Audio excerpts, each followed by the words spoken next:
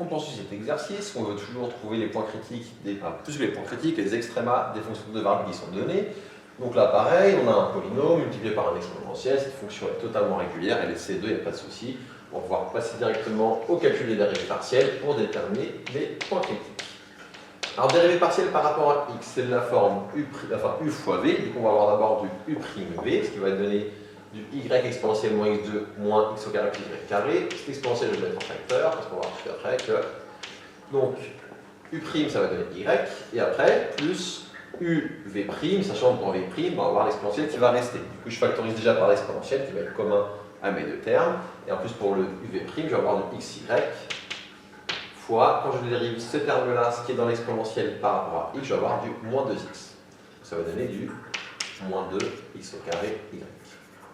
Je répète ce que j'ai fait, comme j'ai un produit de fonctions, ici j'ai du u' fois v, u', ça va donner, quand je dérive par rapport à x, y fois l'exponentiel, plus u fois v', alors pour v', je vais avoir un exponentiel qui va sortir, mon u c'est xy, et quand je redérive ce qui est ici dans l'exponentiel, la dérivée de ce qui est dans l'exponentiel par rapport à x, ça va être du moins 2x. Donc ça fait moins 2x fois xy, moins 2x carré y. Donc voilà pour la dérivée première en x. Faisons pareil pour la dérivée première en y, ça va être en xy. Ça va être similaire, hein. Donc d'abord je vais avoir du u' fois v, u' ça va être x, donc j'écris l'exponentiel en facteur qui sera commun à mes deux termes, en facteur de x, et après pour le fois v, je vais avoir ensuite plus u fois v', pardon, du coup le u ça va être xy, multiplié par la dérivée de ce qu'il y a dans l'exponentiel par rapport à y, la dérivée c'est moins 2y, donc ça me donnait du moins 2x y au carré. Une fois qu'on a ces dérivées partielles, on doit calculer maintenant, enfin trouver les points critiques et donc résoudre le système suivant. On résout.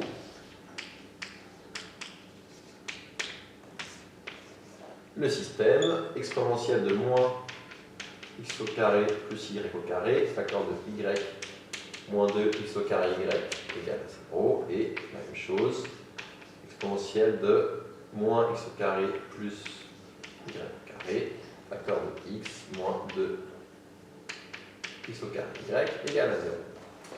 Première observation, un exponentiel n'étant jamais nul, ça ne s'annule jamais à l'exponentiel, je vais pouvoir ici barrer mes exponentiels et dire que ça équivaut à dire que ça égale à 0, ça égale à 0.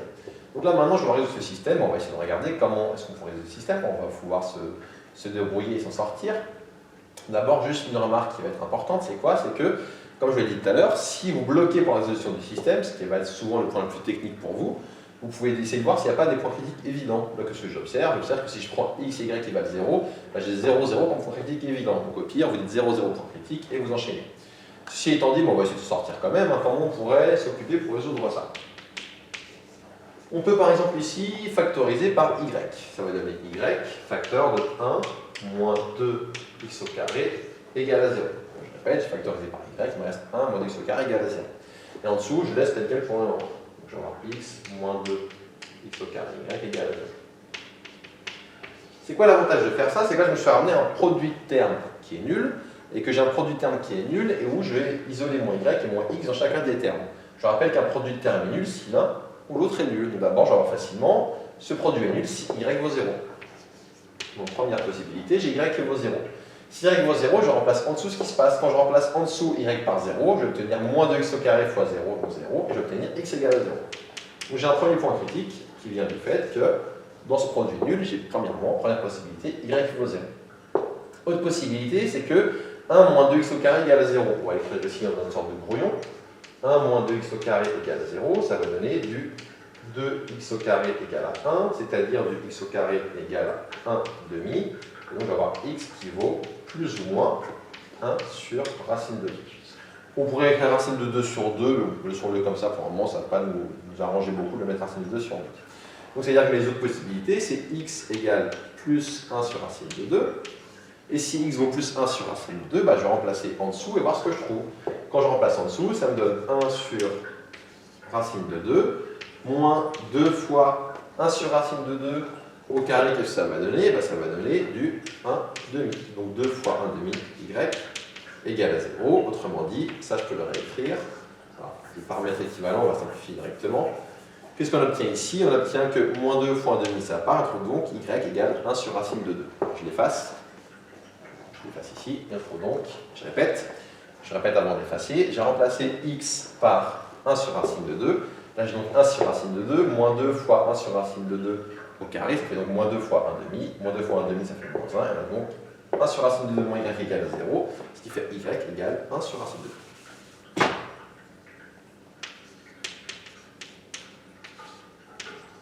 Ou bien l'autre possibilité, c'était x égale moins 1 sur racine de 2. Si x vaut moins 1 sur racine de 2, je vais avoir ici du moins 1 sur racine de 2. Ici, ça va me donner du moins 2 fois 1 moins 1 sur racine de 2 au carré, ça fait du moins y égale 0. Et moins 1 sur racine de 2 moins y égale 0. Qu'est-ce que j'obtiens? J'obtiens y égale moins 1 sur racine de 2. Et je n'ai pas d'autre possibilité. Je dois trouver ici tous mes points critiques. Je peux dire que les points critiques de f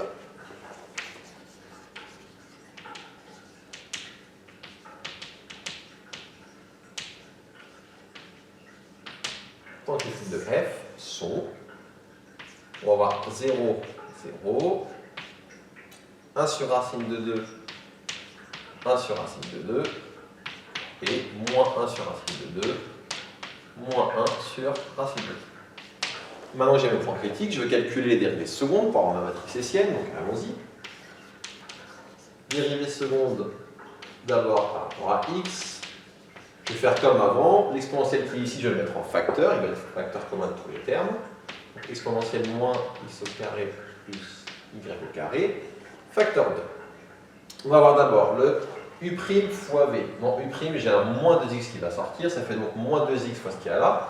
Ça va donc faire moins 2x fois y, moins 2xy, et moins 2x fois ce qui est ici, ça va faire plus 4x au cube y. Hop, je vais fermer la parenthèse un peu trop vite. Plus maintenant uv', je dérive ça par rapport à x. Quand je dérive ça par rapport à x, je vais obtenir du. Donc par y va faire 0, et je vais avoir du moins 4xy.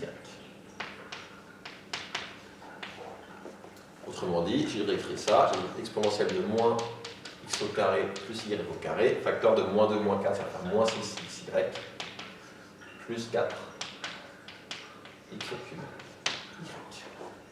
Poursuivons. Donc maintenant, on va calculer la dérivée croisée seconde en y. Pardon, moi j'ai dit croisée. La dérivée seconde en y, excusez-moi, j'ai dit une petite ânerie. Donc la dérivée seconde en y qui va me donner. Je vais factoriser par mon exponentielle qui est ici, exponentielle moins x au carré plus y au carré, facteur 2. On va d'abord avoir la dérivée de ça par rapport à y. Quand je vais dériver ça par rapport à y, je vais avoir un moins 2y qui va sortir. Moins 2y fois x, ça va donner du moins 2xy. Puis ici, quand on va faire le moins 2y fois ce qui est ici, ça va me donner du plus 4xy cube. Et enfin, je vais avoir plus uv', quand je dérive ça par rapport à y, je vais avoir du moins 4xy. Ça fait donc exponentielle de moins x au carré plus y au carré, facteur de moins 6xy plus 4xy. Faisons une toute petite pause, observons un truc. J'observe que mes points critiques ils sont symétriques, c'est-à-dire que x, y c'est pareil, x, y c'est pareil, x, y c'est pareil. Et j'observe aussi que pareil, là quand j'inverse les rôles de x et de y, enfin quand je calcule les dérivées secondes en x et en y, j'obtiens grosso modo la même chose en inversant les rôles de x et de y.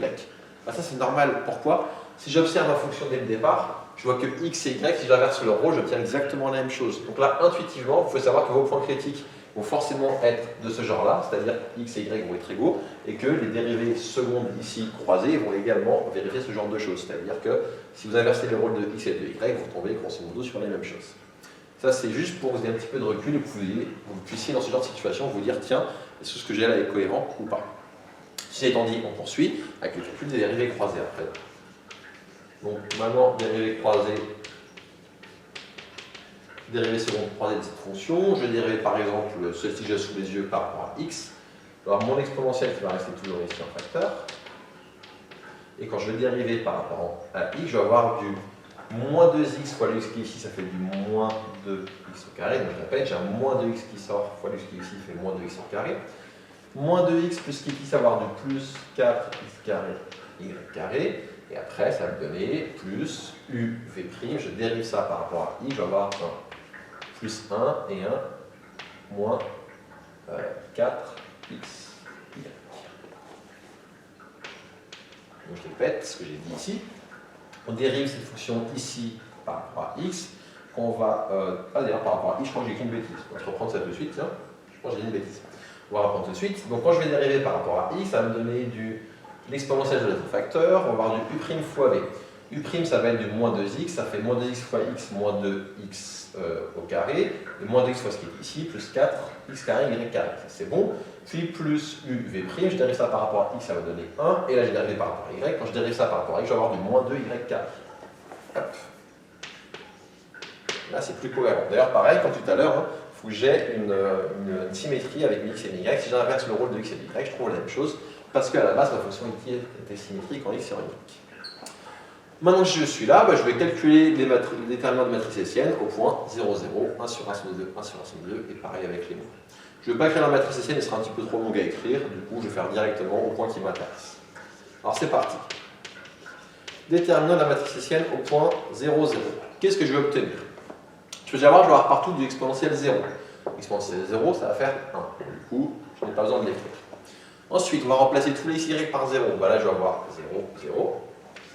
Là, pour la dérivée en y, je vais avoir 0 ici. Et là, je vais avoir 1 ici et 1 ici. Du coup, le déterminant c'est comme ça. Alors, le déterminant, il vaut 0 moins 1. Moins 1, c'est négatif. Donc 0, 0 est un point 0.